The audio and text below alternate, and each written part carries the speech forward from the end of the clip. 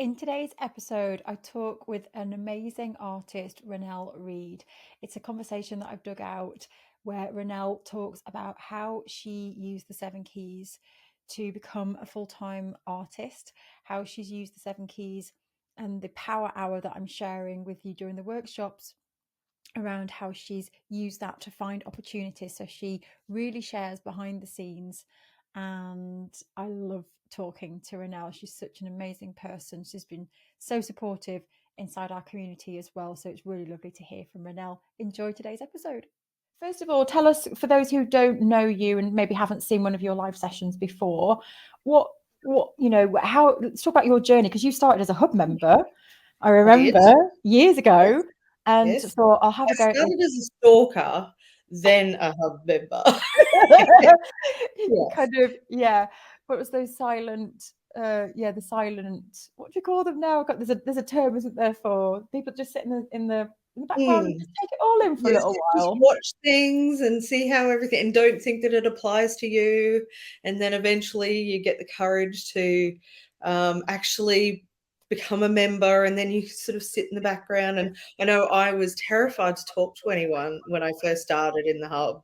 Everybody seemed to know everything and everyone, and Yeah, so I didn't say anything for the first 6 months, and yeah, then I decided that I was going to, come out of my shell and talk to people, and everybody talked back and were very positive and happy and nice to me, and that was great. and at And this so I point, started getting, sorry to interrupt, but at this point you had a job, didn't you? Like yeah, I had a full-time, a very, job not in the arts. Yeah. no, it was management, and it was in a role that was pretty much 24/7. I was getting calls at 3 a.m. and things like Wow. that. So it was very difficult to have a creative space and my workspace at the same time.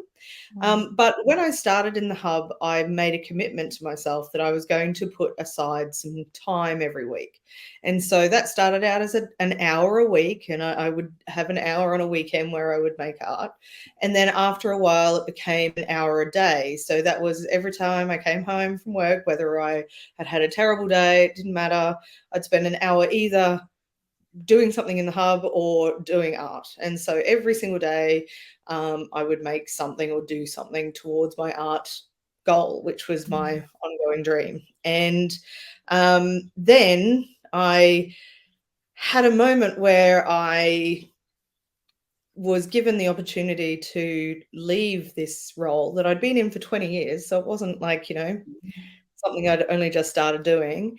And I was offered a redundancy. And so I took that redundancy and decided that I was going to be a full time artist. And I remember speaking to Michelle afterwards and saying that I wouldn't have done that had I not had the hub to give me the confidence in me and Mm. my creative abilities, or the Mhm. ability to be able to make this a business. Yeah. And without that courage, I wouldn't be where I am today, and that was in the beginning of 2020. So it was just before the pandemic hit. Yeah. Very good thinking. But I'll never yeah, forget you sending me that message saying, "Oh my gosh, I've got this redundancy now. It's like this. I'm going to go for it." And I remember you saying, "I just hope this works now." And and now look where you are. It's incredible, yeah. because now talk about some of the opportunities and some of the, like, what does a day for Ronelle look like at the moment? I know it's Well, a bit I'm crazy. I'm an early bird, which this is like after bedtime for me.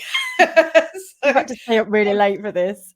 yeah, exactly. I wake up at 5 a.m. every day, and for the first couple of hours of the day, I'm actually doing United Artspace. So that's Yeah. where I'm sort of trying to catch up with all of your messages and making sure that you're all looked after. And then after that, I do a couple of hours of business work for myself. So I do my emails and I check on, my website, make sure it's got everything that it needs, and feed those admin tasks, because they Yeah. don't go away as much as we'd Yeah. like them to. Yeah. And then from lunch onwards is my painting time. So I spend a good 5-6 hours in front of my easel, drawing, composing, researching. Researching is a big part of my world. If you don't know the work I make, I'm a wildlife conservation artist. So I spend a lot of my time figuring out what animals are currently endangered, what changes have happened in the world. And part of that admin time is actually social media time. So I spend a lot of time doing power hours and communicating and engaging on different wildlife conservation sites and things like that. So yeah, Doesn't so it it's feel amazing to say that now? Because you didn't say that just a couple of years ago, did no, you? really not. I wouldn't have been able to say so succinctly that I am a wildlife conservation artist. And Mm. I recently was in two exhibitions at once. One was with lots of different types of artists from all over the place. It was a group exhibition. And then the other one was with wildlife artists. And to the group exhibition, I was a wildlife artist, but to the wildlife artists, I wasn't. They were, I was a contemporary artist, but I wasn't a wildlife artist because my work is not specifically, it's not photoreal to animals in the wild. It is Yeah. kind of surreal. It's a little bit quirky, and it tends to take animals out of their natural habitat. And it's all about, questioning the way that animals live and the way that we impact on their habitat. So there's lots of, head stuff that goes on in my work, and that's the stuff Yeah. I really love to talk about. So yeah, so whenever I go to exhibitions or I get to talk on my social media pages, that's what I'm talking about. And so when you transitioned from your full-time employment, was this direction as an artist clear for you at that point, or was it that you just knew that you wanted to go in some direction, but you wasn't sure what direction? I think since I was a kid, I have been obsessed with animals. Yeah. So it's always been about animals. When I went to art school, I did work about animals, but it was more about animals in museums and the way that Mhm. we saw animals in that way. And then I went to work for the RSPCA. So I worked for an animal welfare charity, and I got to have that very close connection with um, animals in need. And Mhm. our particular shelter had wildlife, a Mm. wildlife hospital. So I got to actually spend time with wildlife in need. So it sort of just added to this need to make a positive difference and to Yeah. be able to use the art that I make, not just to make a living for me, but to also talk about important stuff that Mhm. I really need to talk about because, you know, I personally want my art to have an impact. Mm. It has to look pretty on someone's wall and it has to, be able to be bought, but at the same time, it has to have some meaning. Yeah. And so Yeah. I think that at that point, I hadn't clarified what I was really talking about. It was all there, but it wasn't in a succinct, clear way of talking about it. So I went through the steps that all of you are going through and over and over again. Like that's the thing that I really love about the hub is that there is no clear path. It is you do it your way and you can spend a lot of time on one section, a Yeah. little bit of time on another section. I really found what helped me a lot was working out that I needed to get my head straight and I needed to work on my mindset because I didn't think I needed to, but I really, really did. Yeah. And that really helped me a lot is that to know that I can now go into a gallery and talk about my work without any kind of hesitation and know that what I'm saying is what I'm passionate about and easy. It's easy. I can talk about that until the cows come home. Yeah. In fact, I had a solo exhibition last year and didn't know on the opening night that I was going to have to give a speech. And they just put a microphone in front of me. Oh And my gosh, how did you react to that? there was like 500 people in the room because there was Oh. galleries that had work in them. And they just went, "Here you go, talk about it." I was like, "Okay, well, here we go. This is what my work's about, and these are the particular works that I have on show." And afterwards, I thought, "Yeah, I know what I'm talking about. I can talk about my work, and I feel confident in that." But it Yeah. took a long time to do that. It Yeah. wasn't a today. Overnight. Yeah. Yeah, Yeah. Yeah, definitely. because I remember you delving into, why you're making, and Mm, you make some really good points here as well. And I just want to share quickly with others because sometimes you feel that to get really behind why you do what you do, that you need to have a why, like Ronelle. So Ronelle is making an impact and is bringing awareness to these animals, endangered species and things like that. And I think sometimes then people think, but my work isn't like that. And my work isn't changing the world, but there is still a why behind what you do. And there is Absolutely. still passion, even if you're exploring rusty skips, there is still a reason behind that. There is still, so I share this because sometimes you think, oh, I'm not changing the world, and you don't have to change the world with your art to get behind really why you're making it. And I think we're doing the Selling Challenge this month, and the more you can get behind what you're doing and feel passionate about getting it out into the world and focus on that, the sales will come. I really truly believe that. There is a little bit more to it, of course, but that has to be the driving force. If you don't have that part behind you and you are just focusing on selling and how to sell, that part has to be there. It has to be more than just selling. And I think that's what you found with your work was when you focused on that part, that's when you started to connect with people, wasn't it? So I remember back in the day when you'd made that transition from your job. I think very early on, that's when you applied for the grant. Am I right?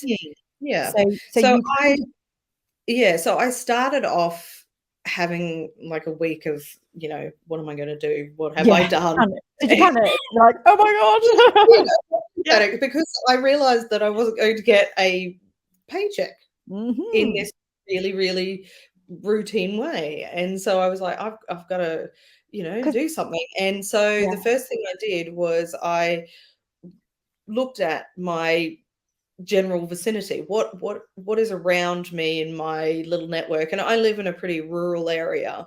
But my city council has an arts um, you know department, and so I checked in with them to see what's available in the area, and I introduced myself to them and told them my story, and they told me that there was an opportunity to show in the local gallery, which is a big gallery, it's not a small gallery, and there was also grants available, so I could apply for one of those. And not only did they say there's available grants, but here is the grants officer and she can show you how to fill one in.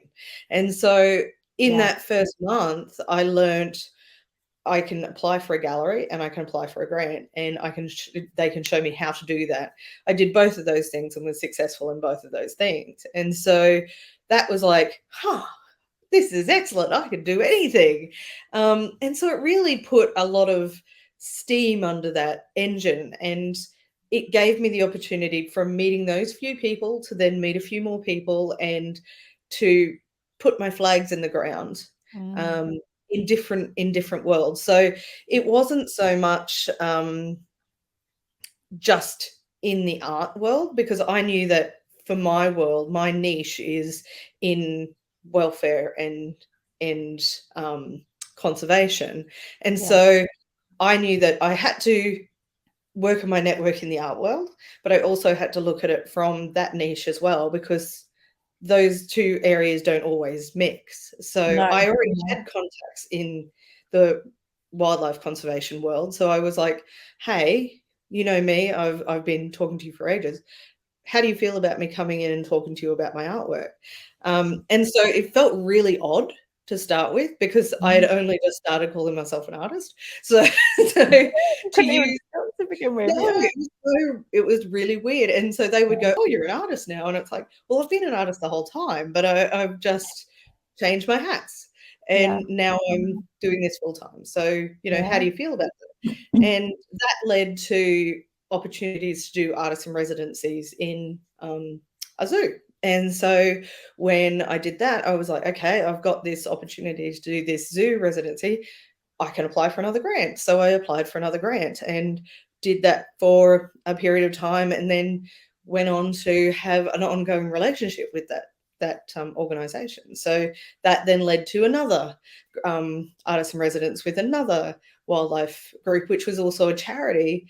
And I think that's one of my key learning points here, is that nothing happens by you not doing anything or not taking any risk or not talking to anyone. If you Mm. sit in your studio or in your room at home and you don't talk to anything, nothing is going to happen. Yeah, So yeah, important. Yeah. definitely not going to happen. But if Mm. you get brave and you talk to someone, you send an email, you talk to, somebody who you may not even think is relevant. They Yeah, may know someone who knows somebody. So it may not happen today, it may yeah. not happen tomorrow. I mean, one of the residencies that I did last year in June, July, that's only now coming into fruition Mm, for me to do a fundraising gig with them. mm, So that's taken a whole year for me to be able to kindle that relationship, because sometimes these places, you're a little tiny fish in their big pond, and so you've got to keep on kind of pushing in and telling them that you exist. So mm, that I've worked out that that it's not harassing, it's just telling them you're there and you remember and you really like what they do, and usually you'll get a positive response for that. And that could be anything. It could be if you paint flowers, a florist, if you paint rusty skips, talking to the skip guy down the street and asking him mm, if you can paint the skips in his yard. Those mm, relationships can turn into other things. mm. So Yeah, really yeah. interesting. So, at the point of transitioning from your job, was you making any money from your art at that point? Had you Um, sold anything? no, I had an exhibition. I had a solo show when I left university, Yeah, and then 10 years after that, I had another solo show. yeah. But then I hadn't really made anything substantial from that point. I'd been consistently building that time. And so I had a few things that I was doing, but I hadn't really um, done anything about. I had a website, but it had no shop on it. I Mhm. had social media, but I never talked about actually selling anything or that anything Yeah. was available. And so it was a real mind shift to actually say, okay, now I have to be serious about Mm, actually asking for money. mm. And Yeah, yeah, yeah. so that's when I went, okay, my time is valuable and Mm, I need to understand that, I did have a lot of family and friends um, who are still great supporters and come to my shows and buy work, which is fantastic. But they all appreciate that this is my job, and none of them ask me for discounts anymore. Like mm. they did. The only thing I get is my mum saying, "You need to deliver it to me in person." Well, you can accept that one, yeah. The only relation I have, and I'm like, "Okay, fine. You can have that."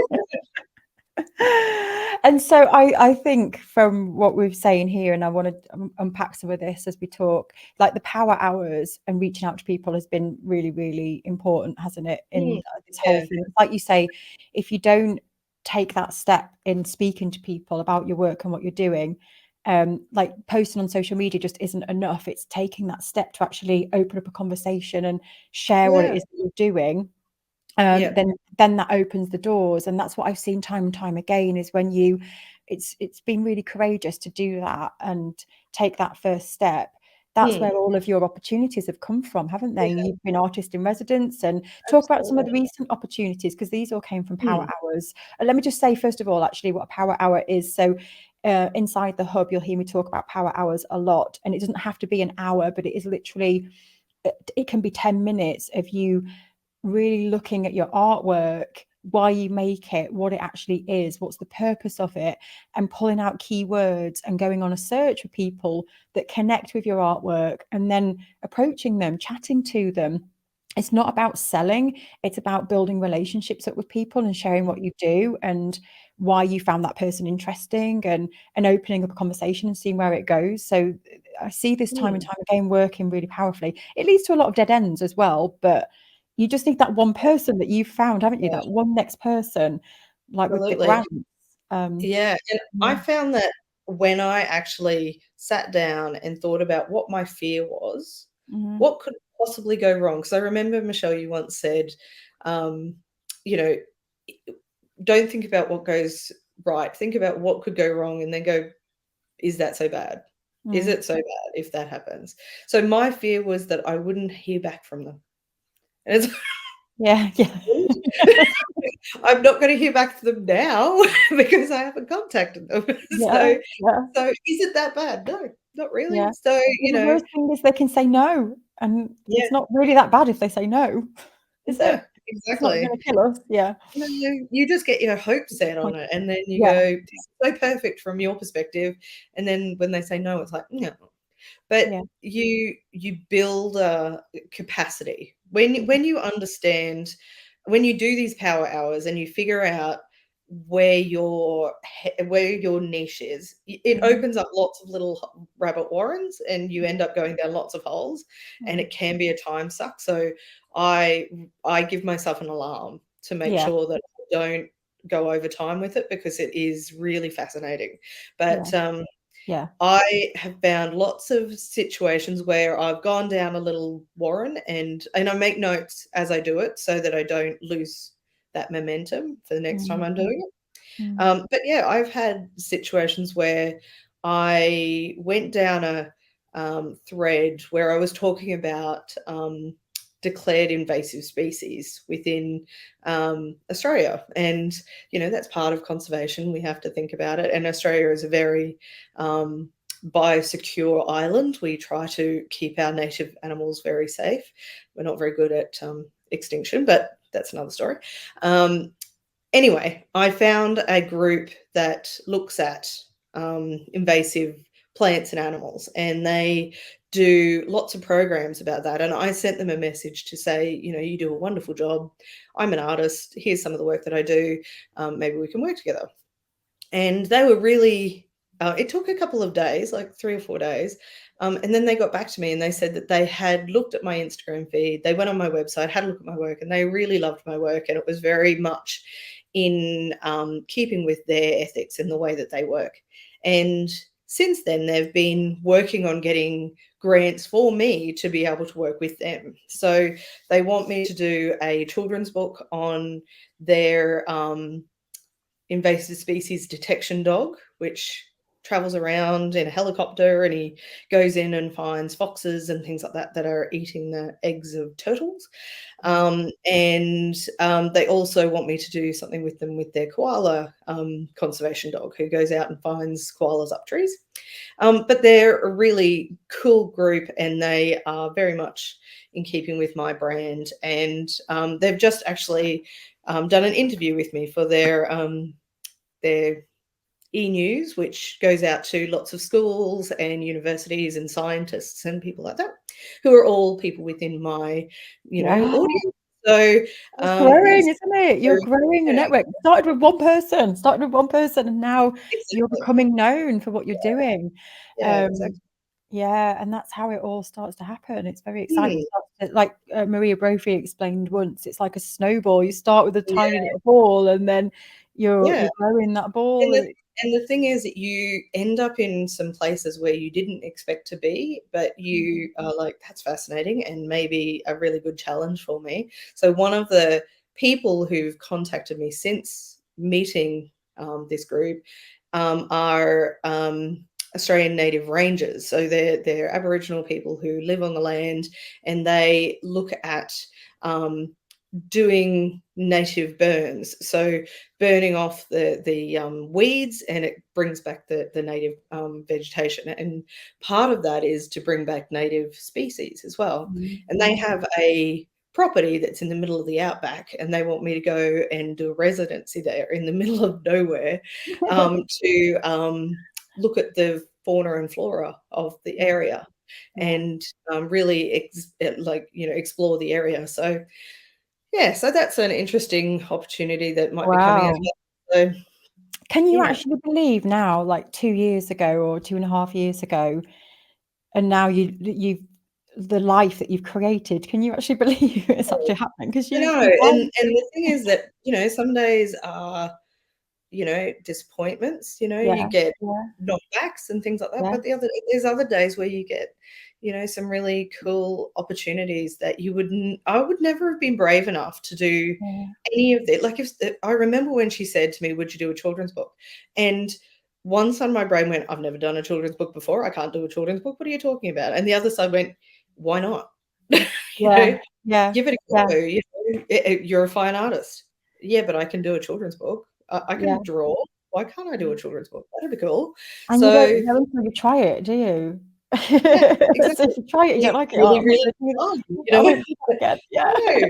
No, really cool. So, So yeah, and good, I it's think, so good saying yes. Yeah. yeah, Yeah. and being available to the universe for Mm. opportunities to come your way Yeah. is Yeah. one of those things that I never really thought was a thing. You know, Mm. I remember you saying that it's, a bit of, woo woo to put out into the universe that you want these things to come to you, but it's Yeah. absolutely true. Like, That's right. you like not long ago, I did a public work, a thing for the Yeah. public, and I had never put myself down for that sort of thing in the past because I don't do murals. I paint with tiny brushes, Mm. um, and this opportunity came my way, and I was like, I can do that. Sure, let's give it a go. And I spent a week sitting on a concrete floor painting a sculpture of a kookaburra, painting birds all over it. And it wasn't a fun experience, but it was really educational from a understanding myself perspective, because Mm. I walked in there with tiny paintbrushes and they gave me house paint, and I was like, okay, I paint with oil paint. What am I going to do? And I literally got up, went to the hardware store, bought some really daggy brushes, and went, this is going to have to do me. And yeah, I worked it out. But there was 16 other artists who were doing it, and I met some amazing people who I would not have met otherwise. And Yeah. they're now great friends who are now doing amazing things that I'm like, that's an interesting opportunity. Let talk to me about how you got into that.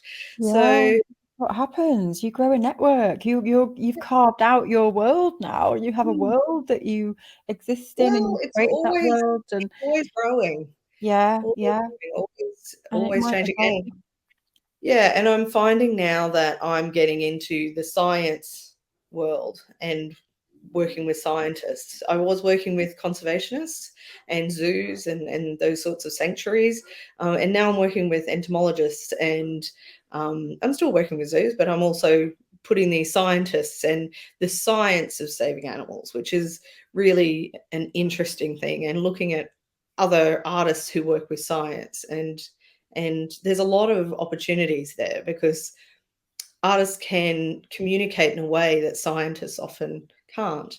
And being able to translate science into something that people can um, easily digest is a really important thing. Mm. So yeah, it's an interesting world. But I love this, how this is what I love about art. It's so educational as well. It takes you on a journey and you are learning so much about yourself Yeah. and so much now more about the subject matter. And now you're headed into this direction, working with these people that you would Yeah. never have set out to do. So you're just really letting the art take you on a journey. Mm.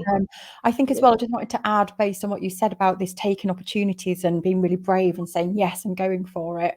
I think it's a really good way of um, building that network as well, and deciding what you like and what you don't like. And it's almost like not letting the fear get in the way and having a go Mm. in the first place. And I think on the flip side, though, sometimes it's okay to turn down these things and get really focused on what it is you want to do. But I think there's a place sometimes for just saying yes to opportunities Mm. and putting yourself out there. And like you say, then you meet other artists and you learn what you like and you don't like, and then someone else will introduce you to someone else. And yeah, Yeah. ideas are born.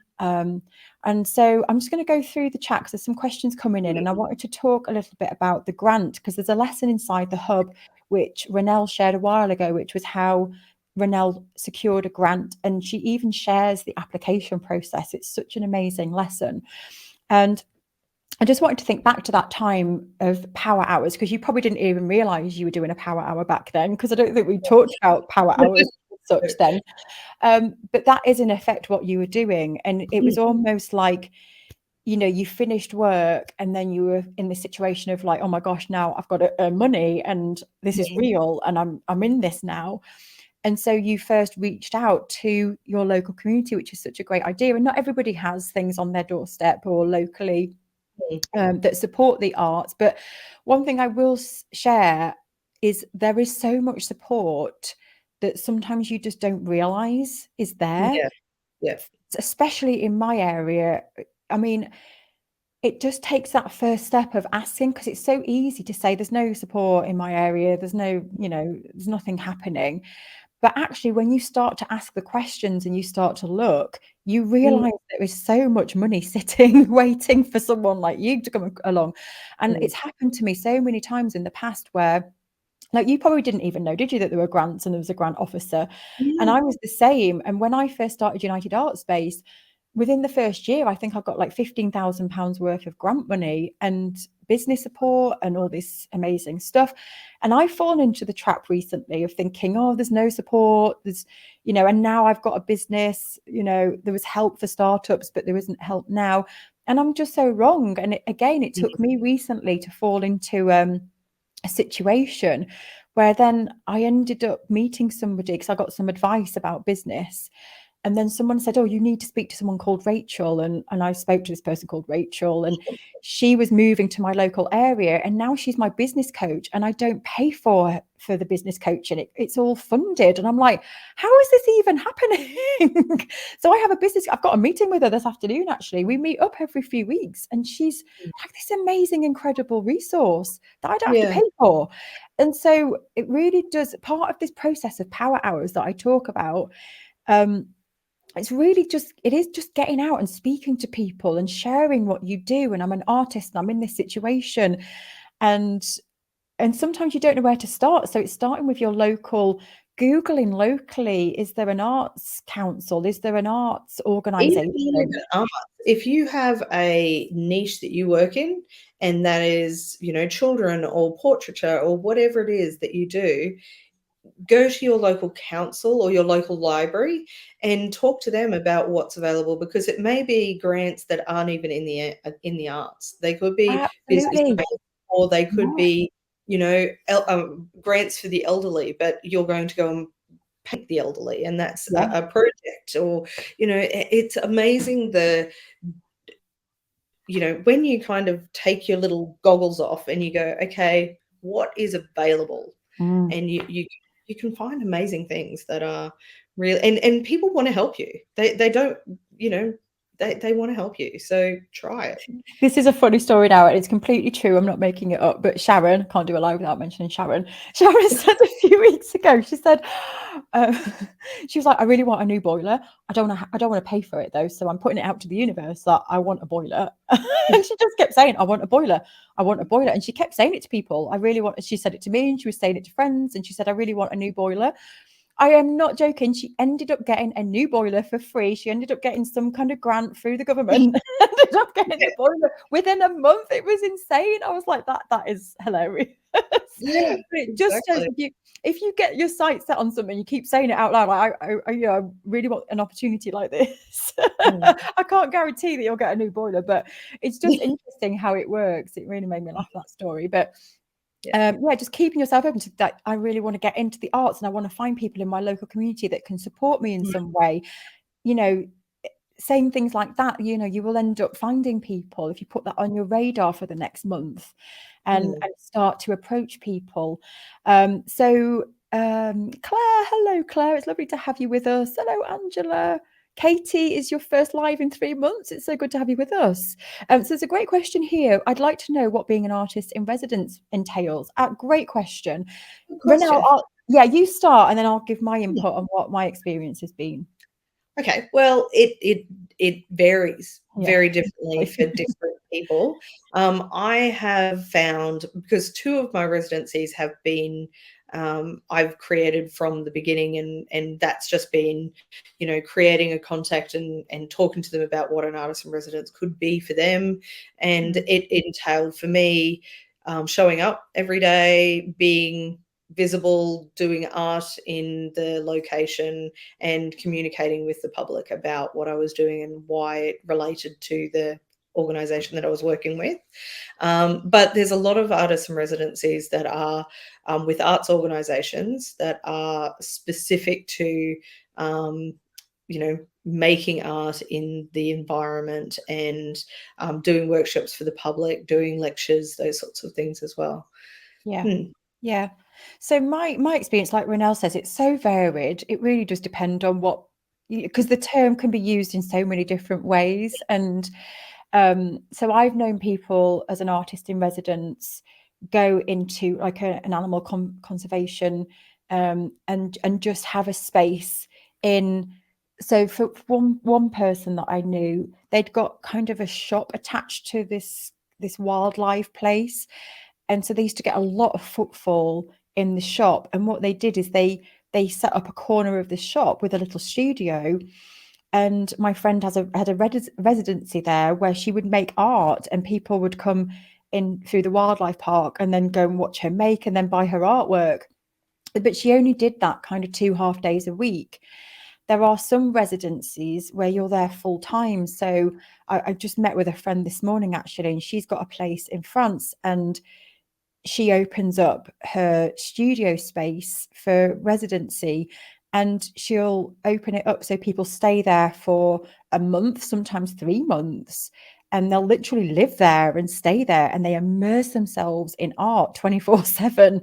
And that's a residency. And then there's other residencies where it's kind of incorporated into the education system. So you may be a residency, you might have a residency where they supply your art materials and your studio space, and they give you all this free reign to do what you like. And then part of the deal is then you feed back into the education system and you share your practice and you do lectures with students and things like that to share back. I've seen a lot of those happening. So yeah, they can be in very, very different formats and in different ways. But really, I think in a nutshell, it's really just a way to, well, they can be used in different ways, because for Caroline, it was getting in front of her people. That's the one who did it at the wildlife place. But a true residency, in the old traditional sense, it's kind of a way for you to just dig deep into your art practice and really just get in a space that isn't at home, and you reside somewhere and you've got a studio space somewhere, and you immerse yourself in that practice. That's like kind of the traditional. I saw one the other day for Antarctica, and you spend 3 months in Antarctica, and you have to do all of these, tests and to make sure that you can live in Antarctica for 3 months, with the Wow. scientists over there. But can you imagine? That would be pretty Yeah, isolating, but yeah. yeah. Whoa, incredible. Yeah. Yeah, so they come in all shapes and sizes, and sometimes you just get free access. Sometimes you can actually be paid to be a resident. Sometimes you just get lots of perks, like free accommodation and things like that. Sometimes you have to pay. So for some residencies, you have to pay for the space and pay to be there. Yeah, all different, but it's definitely worth looking into. Again, and being open to the idea. So great question. And What- virtual artist residencies are becoming more and more popular, um, yeah. just as well. Yeah, yeah, it's interesting because I just think it's great. So for us, we use the term the artist in residence to really just hone in on it was Kelly last year and Ronelle this year, just honing in on the journey and following along with what you're doing and learning from you. And then I think it adds a nice element of accountability for you as well, because not that you need it. You've got enough deadlines and things going on in the background. Here's a nice comment. How cool is Ronelle? I agree. She's super cool. Really nice to see Michelle Thank live you, again. Oh, thank you. Yeah, lots of people saying it's so nice to hear about your journey. Yeah, isn't it? It's just really interesting. Love, love, love the quirkiness of your work. Ryan. Oh, thank you, Claire. Yes, I've had time to recharge. Thank you. And then Ryan says, yeah, it's the hesitation that I can't shrug off yet. Mm, So the hesitation of, I kind of like taking that step and putting fine. yourself out there. And if you've got any advice to that, I think my advice would be just to take that next small step, because for Ronelle, your step was to reach out to the I local. think I think my best advice is saturation, which I know sounds very scary, Mm, but to just apply for as much as you possibly can, put yourself mm, in as many competitions, mm. put yourself out there as much as you can in a short period of time, because something's going to be positive that's going to come back. Something is. And you have to, the more you do it, the less impact it has. You seem to, when I would get refused to be included in a group exhibition, I would be, in a little ball crying and, why am I not good enough? My art's not good enough. Um, Mhm.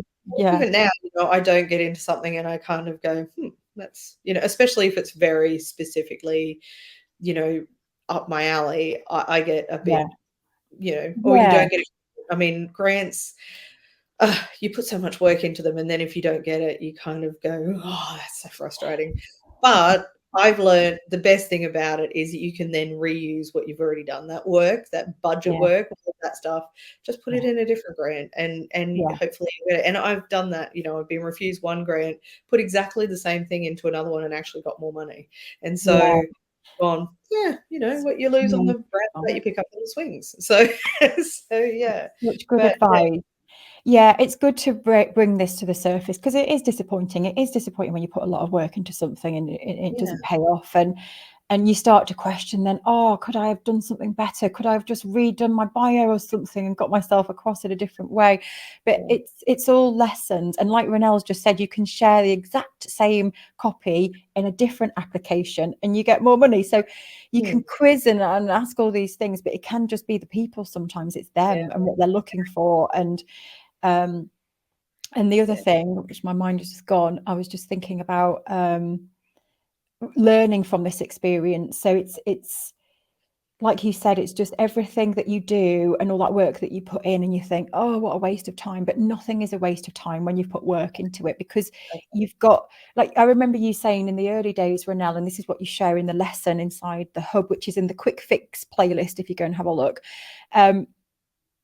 Where you shared that, delving into that application, you delve into your why, and you pulled up so much about why you were making and what you were doing.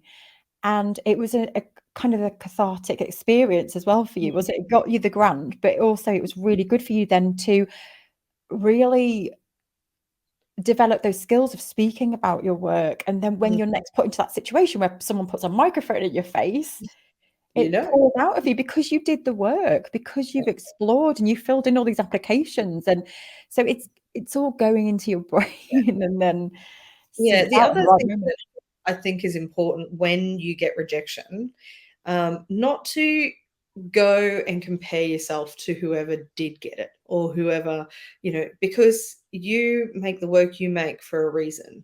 And just because you didn't get this grant or you didn't get that opportunity to show in that show doesn't make your work any less um, valuable or viable. It just means that it's not for that show right now.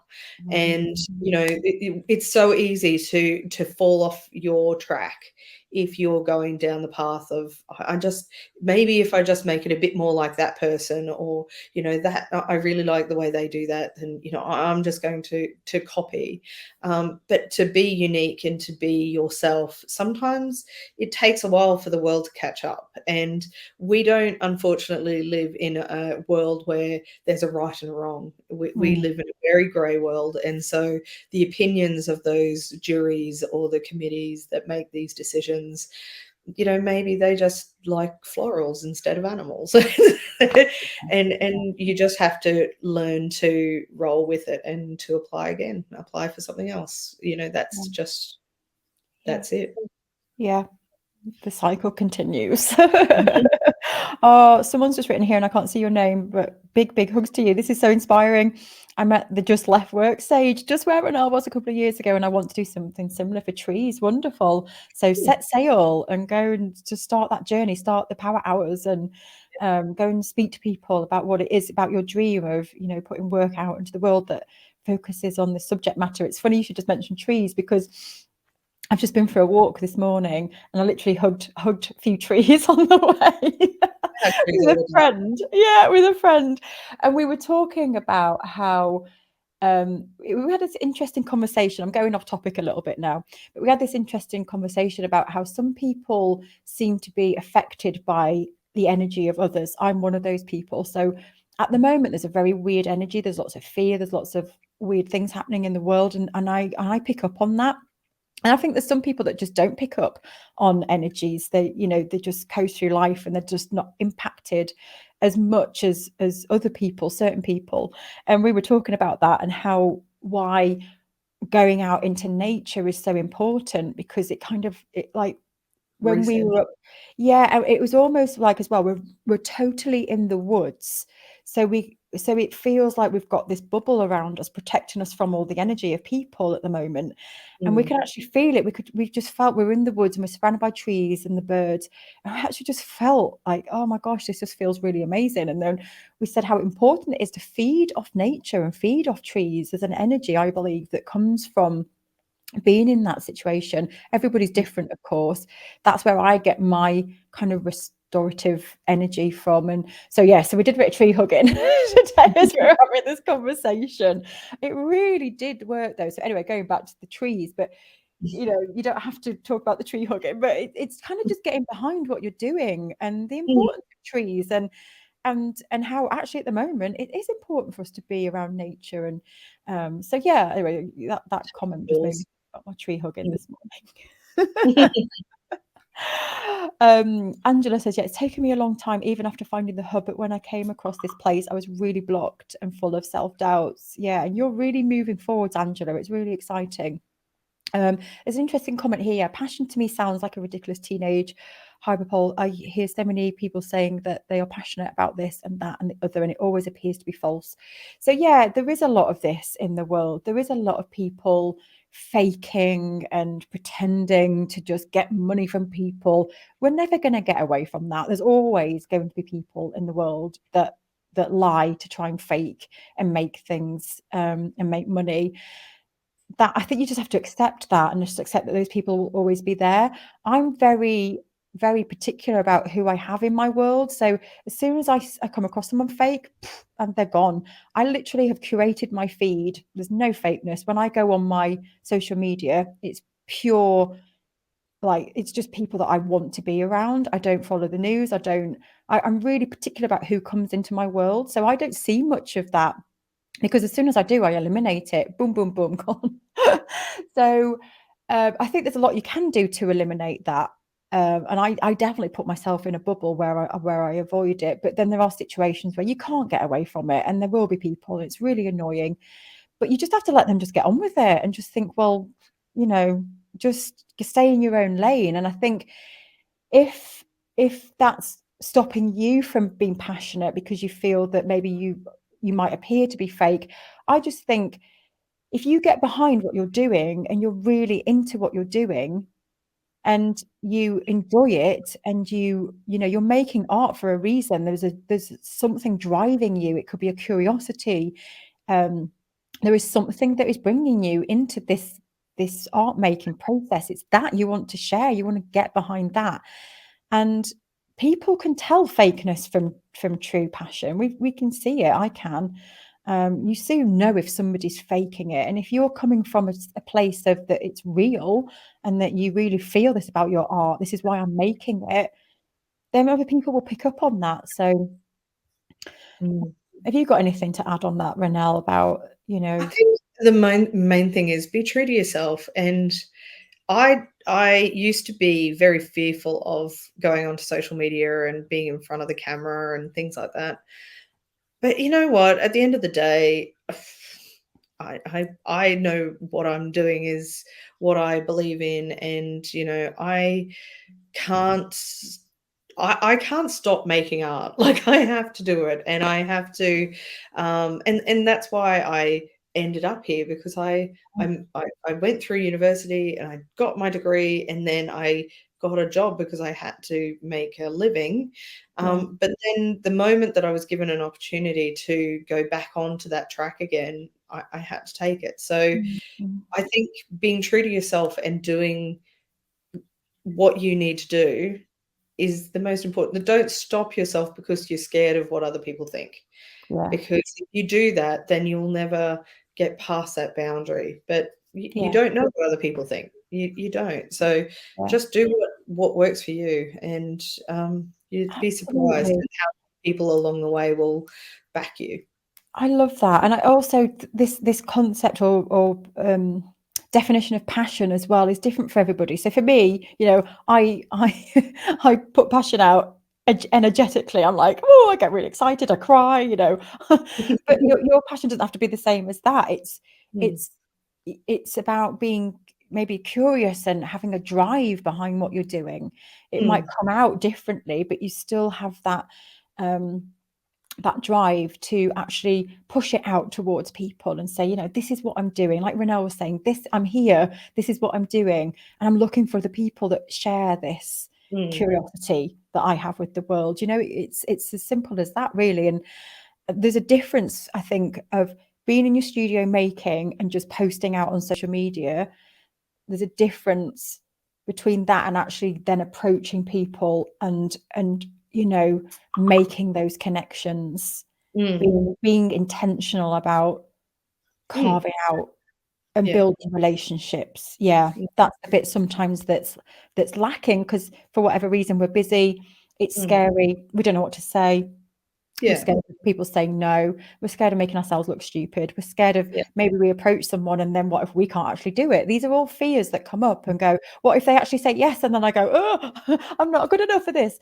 This is One all of the one of my fears is definitely not being able to produce work fast enough, because my work takes a while to make. yeah. So Yeah. I don't have the inventory. I don't have enough work. So I can only approach so many people, because what if I don't have enough inventory? But, you know, Mm, mm, I can explain that at the same time. So, my work takes time. It's, dedicated practice to research, and usually, now I have this mindset of, well, they've got to come up with the money before I do anything. But let's have the conversation now, because it takes time for mm, those mm. opportunities to actually get legs. So Yeah. it doesn't hurt to have those conversations and to start a relationship.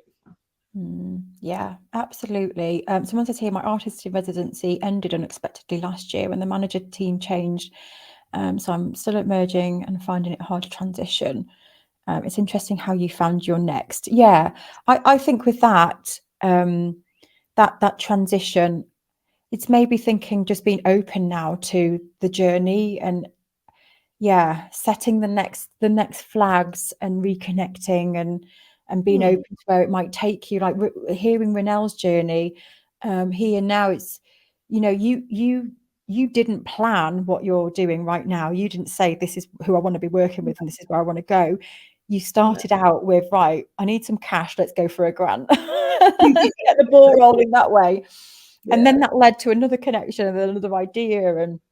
And so sometimes it's trusting the process, as hard as it is, of wow, this thing has ended now, and now I've got to take the next few Yeah. steps and see where this is going. Yeah, And yeah, I would be thinking, what haven't I achieved in that residency? And then looking at that as my next step. So yeah, whatever you didn't get to achieve, yeah, okay, if it was that you didn't get to, do a workshop at the end, or you didn't get to do a lecture, or whatever it is, that's your key. Okay, I want to do that.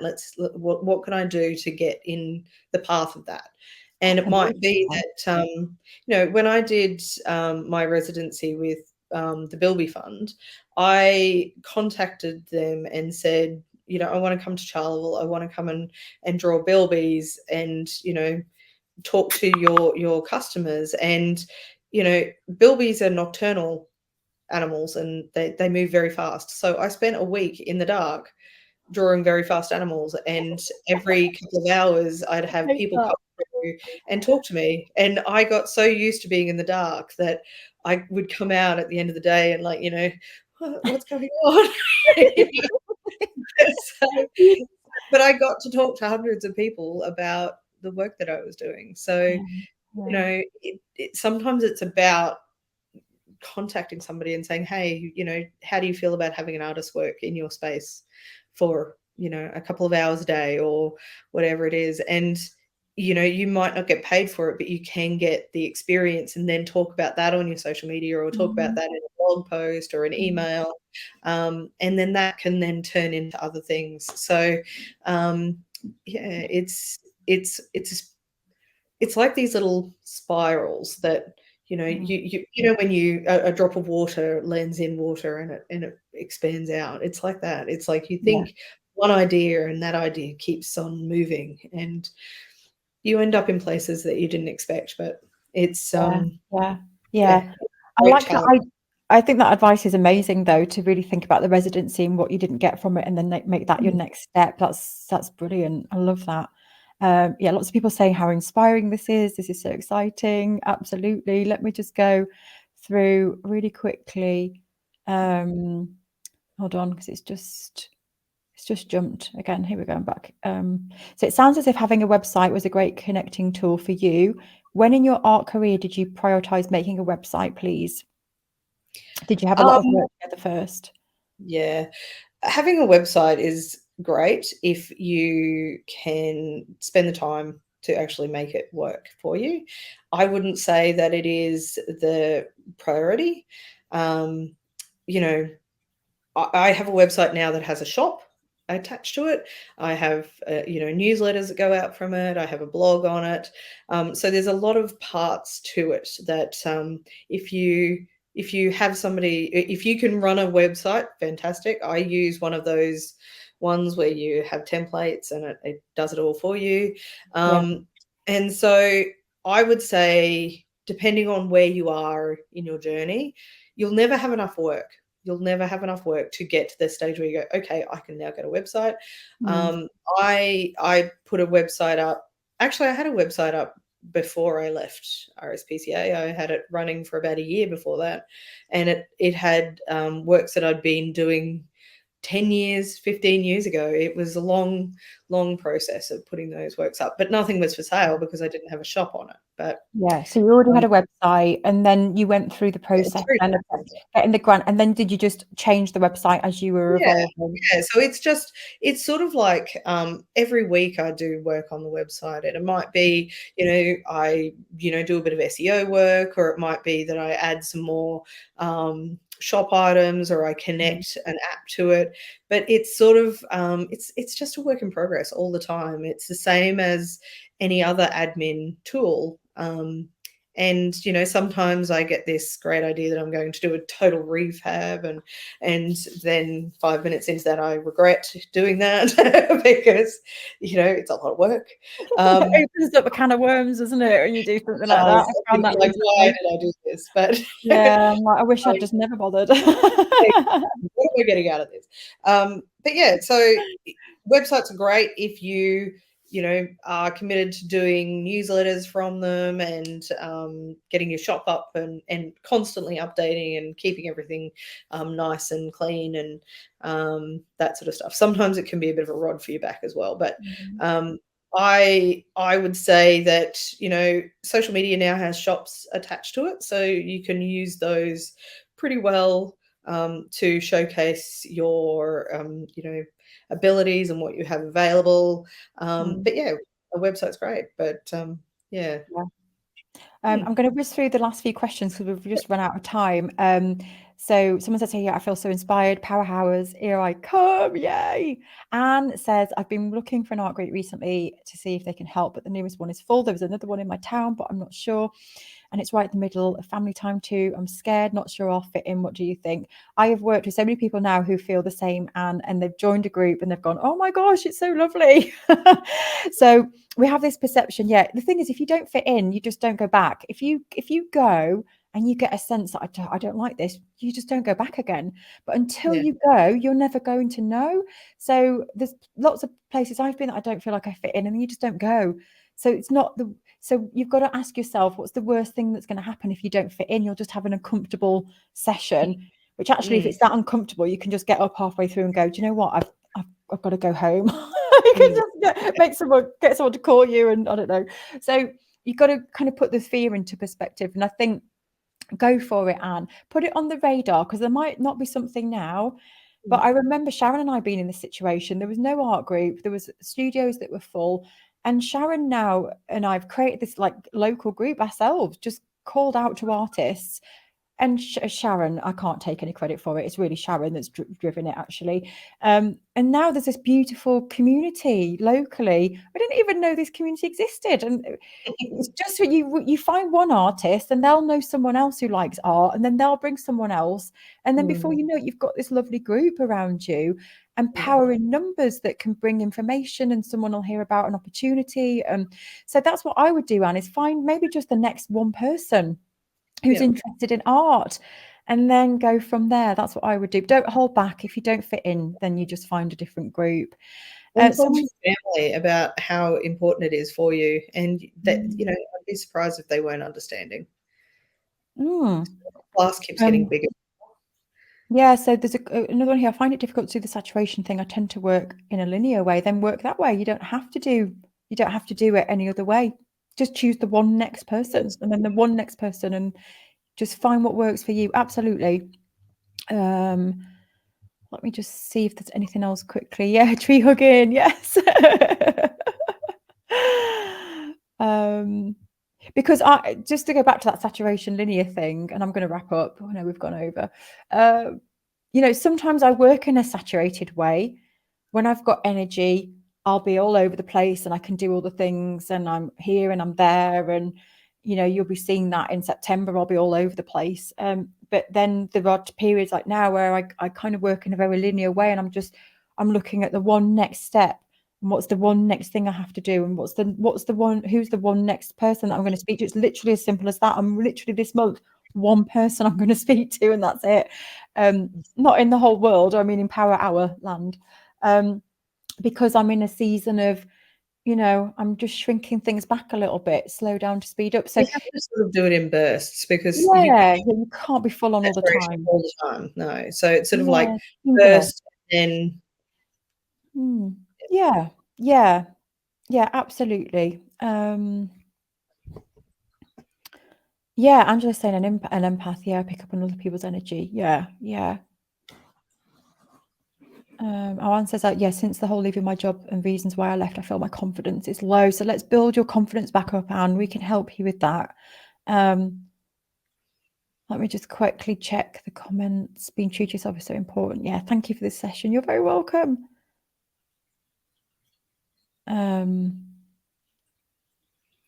Oh, it was Fiona that asked the question. Lovely. Thank you for answering my residency. My name hasn't come up yet. Oh, you're welcome. I'm glad it helped. So very quickly, there's one here that says, I find it really difficult to find people to approach.